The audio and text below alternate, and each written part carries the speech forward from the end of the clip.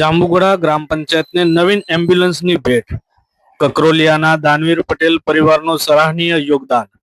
જાંબુગોડા તાલુકાના કકરોલિયા ગામના સ્વ પટેલ ચતુરભાઈ મોતીભાઈ તથા સ્વ પટેલ કાશીબેન ચતુરભાઈના સ્મરણાર્થે તેમના પરિવારજનો તરફથી જાંબુગોડા ગ્રામ પંચાયતને એક નવીન એમ્બ્યુલન્સ ભેટ આપવામાં આવી છે.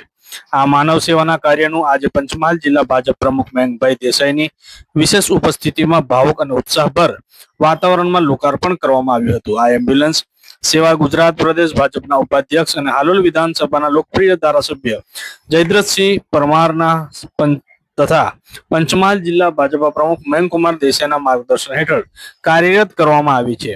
કકરોલિયાના પટેલ પરિવારના સભ્યો રમેશભાઈ ચતુરભાઈ પટેલ, કૃપેશભાઈ રમેશભાઈ પટેલ, શ્રીમતી હેમલતાબેન રમેશભાઈ પટેલ, શ્રીમતી વૈશાલીબેન કૃપેશભાઈ પટેલ તથા કુમારી અંજલિબેન કૃપેશભાઈ પટેલ દ્વારા પોતાના પૂર્વજોની સ્મૃતિમાં સમાજ ઉપયોગી આ ઉત્તમ કાર્ય કરવામાં આવ્યું છે.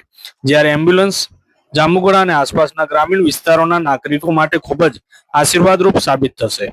કટોકટીના સમયે સ્થાનિક લોકોને ઝડપી, સમયસર અને વધુ સારી આરોગ્ય વિષયક સુવિધાઓ મળી રહે તે હેતુથી આ એમ્બ્યુલન્સ કાર્યરત કરવામાં આવી છે.